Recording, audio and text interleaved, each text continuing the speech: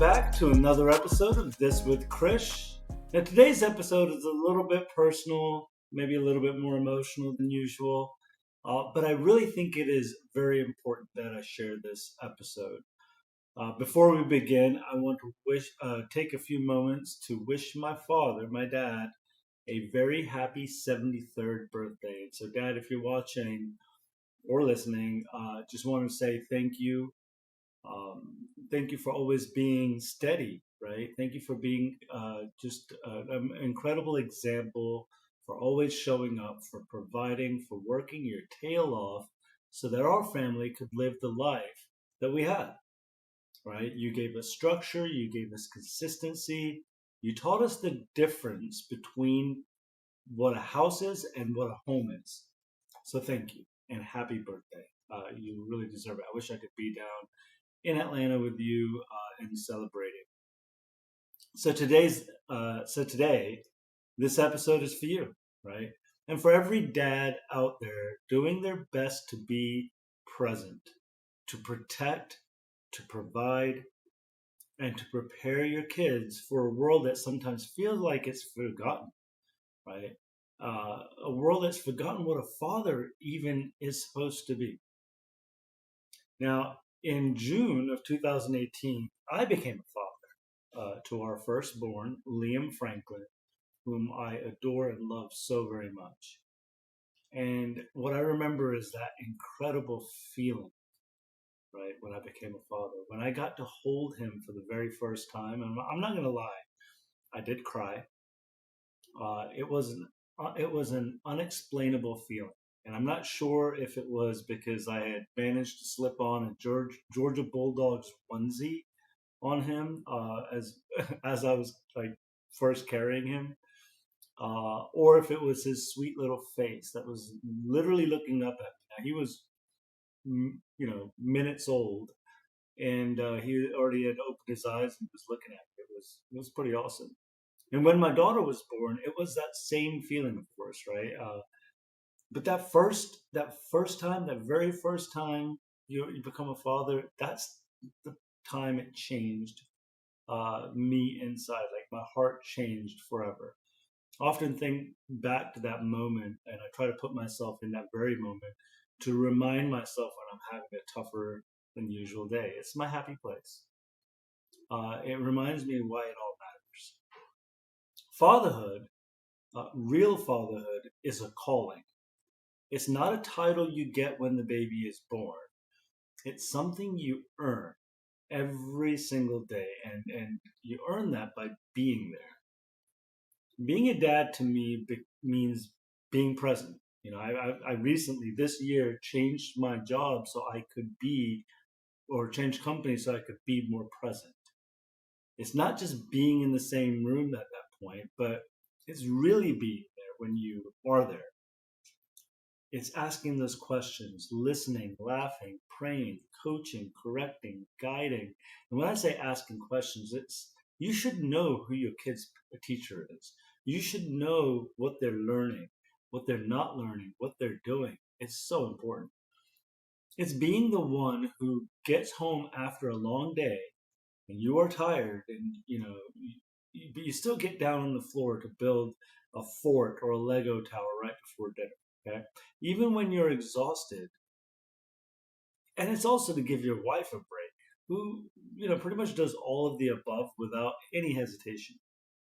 It's saying I love you even when your kid played their heart out in that lacrosse game, but they still lost. It's doing your best even when your best isn't perfect. And I'm not saying I'm a perfect father. By no means am I. But if you are there with them, it changes the game. I've seen more out of my kids in the last 6 months, 7 months that I've changed jobs and not stop traveling. Look, it's not about providing money. It's about presence. It's about providing security, direction, values, and vision. Now, look, you've all heard about this nuclear family in the recent years, especially in recent last year, coming from the right and politically, um, in a lot of speeches, right? I'm here to break down what that actually means. There's something special, okay, about the nuclear family: a mom, a dad, and the kids all under one roof, okay, working as a team. It's not about perfection, it's about partnership. And before I hear, okay, we got divorced, and this and that and the other, I'll be honest. There's two reasons why you get divorced, and I'm not the one to tell you to do so, but infertility, unfaithfulness rather, and abuse. Because nuclear family gives the structure the kids need to form the identity, a foundation that says, this is who we are and this is who, what we stand for. And here's the truth: America at this time is at war with fatherhood, right? In fact, you've likely heard Vice President J.D. Vance talk about it on the campaign trail, and even after taking office. And whether you're on the left or the right or in the middle, whatever, there's a lot of truth in those statements that have been made. You see, we live in a country where masculinity is mocked, where fathers are portrayed as these lazy, detached people, or that they're clueless, based on what you see on television and in pop culture. But here's the reality: when fathers disappear, well, then so does stability. And I'm not saying that a mom like my wife, she can fend for herself, man. Like, she's got her own businesses and she's got an education. She's getting a PhD. I mean, there's all this stuff, but the father has to be part of that equation. According to the U.S. Census Bureau, I'm going to throw some numbers at you. 18.3 million children, right? That's roughly 1 in 4, live without a biological father, a stepfather, or adoptive father in their home. That's the highest rate of father absence in the entire world. Let that sink in. I'm talking about even in third world countries. The ripple effects are massive. Kids from fatherless homes, and again, I'm going to come hot and heavy with some stats here, are 4 times more likely to live in poverty, 2 times more likely to drop out of high school, 7 times more likely to become pregnant as a teen prior to the age of 16. They significantly are more likely to face behavior issues, incarceration, and substance abuse. And I'm not saying these stats to scare you into staying together, be married, go get counseling, whatever, right? I'm saying those are the facts. And this isn't a political issue whatsoever. It's a human one. This is about families, about kids who need structure and love from both parents. Every study you look at, right? And I did some research prior to, deciding on this episode and the topic of this episode. From Pew Research, I looked at Harvard Centers for the Developing Child. I've mentioned that as a resource previously. They all show the same thing: children who grow up with both parents and who are actively involved in their lives are emotionally stronger, they perform better academically, and have higher self-esteem. And we're going to talk about that actually on the series that my wife and I are working on producing, or the miniseries rather, about just because you have a nanny doesn't mean that you get to cop out, right? Of course, look, now every family looks the same, right? I get it. Again, like I said, divorce happens, death happens, life happens. But what's dangerous is that we've now started normalizing fatherlessness, if that's a word, pretending it doesn't matter, but they don't matter, right? We tell our young men, you can always co-parent later. As long as you're happy, the kids will be fine. But research and real life both tell us a very different story. Because here's the truth: children need their dad. Okay? As I was traveling, and I was very absent over the last few years with work and what have you, and it was weird to me. I thought it was funny actually. It's like my daughter would say, "Daddy, go California," and she'll point at a plane. Um, Look, don't be a weekend visitor, right? Don't be a silent provider. Kids need their dad emotionally, physically, and spiritually. And let's be real, right? Fathers are struggling too, right? I can't speak for every father, but again, I'm going to come in with hot and heavy with some stats again, okay? Look, more than 1 in 5 men, 1 in 5 men in America report feeling disconnected from their children or unsure how to be a good father, right? Because they never had one themselves. That's the generational cycle we have to, must break. Okay. Um, I mentioned the nuclear family, and I promised you that I'll get a little bit more into it. So I am. Okay. So I'm going to talk a little bit about what it means and our role in that. So again, the term nuclear family gets thrown around like it's outdated, but it's not. It's current, right? It's timeless. It's biblical, and it is foundational. You know, what I'm implying is a strong family unit, right? A mom, a dad, and kids. It creates the social DNA of a community. And when that breaks down, guess what? Crime rises, schools struggle, and ultimately society weakens. And study after study shows that stable two-parent households lead to better outcomes emotionally, financially, and academically. And I guess this is a one-way conversation, so there's no way for you to get up and debate unless you drop it in the comments, which I implore you to do.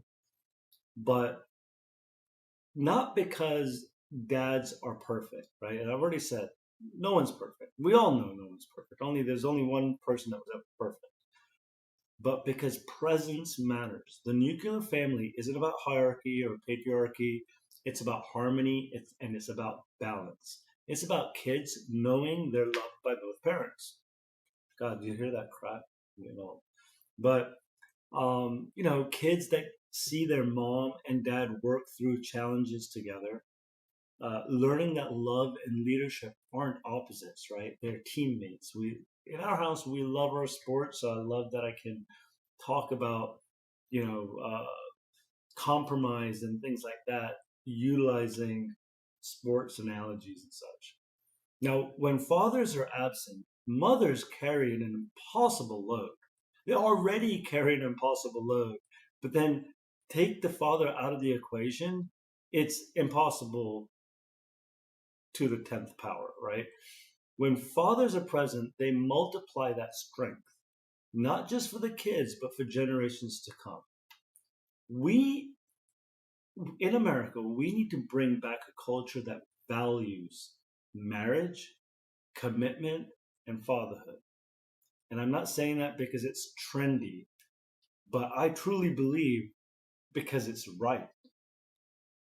Okay, we owe it to the world to bring in these beautiful babies and raise them the right way, teach them because we're losing right now.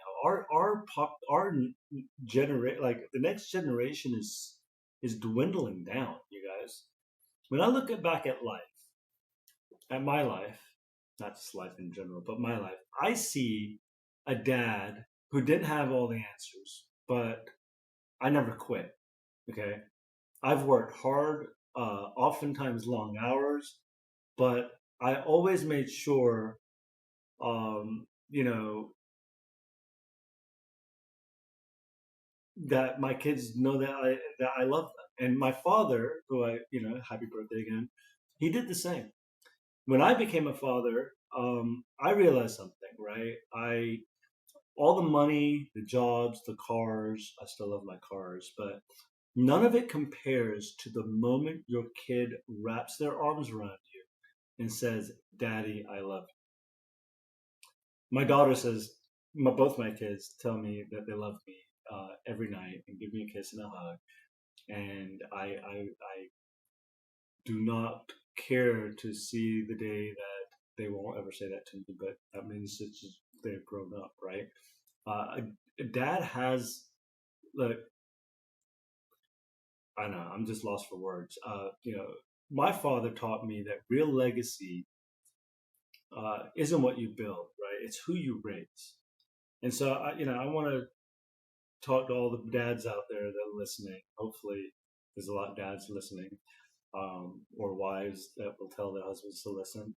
Your kids don't need to be rich, right, in life. They need to be reliable, which the wealth will come. They don't need you to be perfect. They need you to be present. They don't need every single answer, but what they do need is your time, your hugs, your guidance, your I'm proud of you moments. When you tell your kids that after a sporting event, like I mentioned earlier, we've had a lot of sporting events where we've had to do that in recent months, and that's why I bring it up. My challenge to all of you, if you're a dad, pick one way to show up more this week. Now, if you have a little baby that's 1.5, 2 years old, I don't know that there is all that much that you could do that they would remember, but there are things that you can start practicing, okay, that you could add. It's like, you know what? This one day a week, I'm not going to go out with my friends to have a beer. I'm going to, spend the afternoon with my son or daughter or whatever, right? Ask your kid if they're, younger in school, what they're learning in school. Show up to their games. Say I'm sorry when you need to. Pray with them at night. Tell them you love them, because your presence truly is power. And God, I feel like a preacher right now, but I'm not. I'm just talking out, from personal experience. Uh, but in a world that's forgotten how to value dads, and this is my dad cup, by the way. I digress. The best rebellion you can lead is to be a dad. That's it. America doesn't need fewer fathers. It needs better fathers. Men who will stand up, love deeply, protect fiercely, and lead humbly. To the dads doing their best, come on, man, we see you. To the single dads, grinding it out every single day, I respect you guys. And it doesn't matter that I do or do not respect you, God sees you.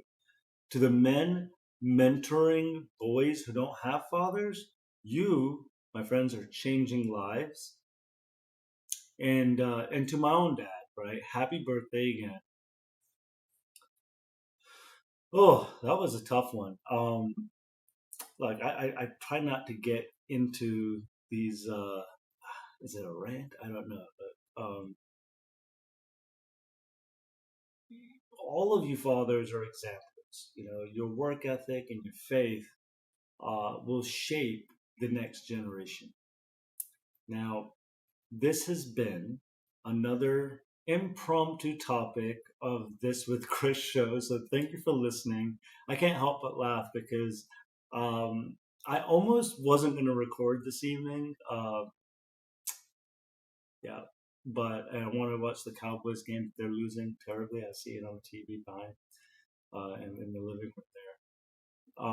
But my wife is like, "Look, Chris, you got to do it," and it makes me feel better when I do record. Just get things off of my heart, and that's why I wanted to get on and share this topic. And it's my dad's birthday tomorrow, or today. When this releases, will be November 4th. But I want to leave you with this. Remember, being a dad isn't about perfection. It's about presence. It's about purpose. It's about persistence. It's about faith, right? And look, until next time, I want you all to stay strong. As always, keep showing up, keep being faithful, and I love you all.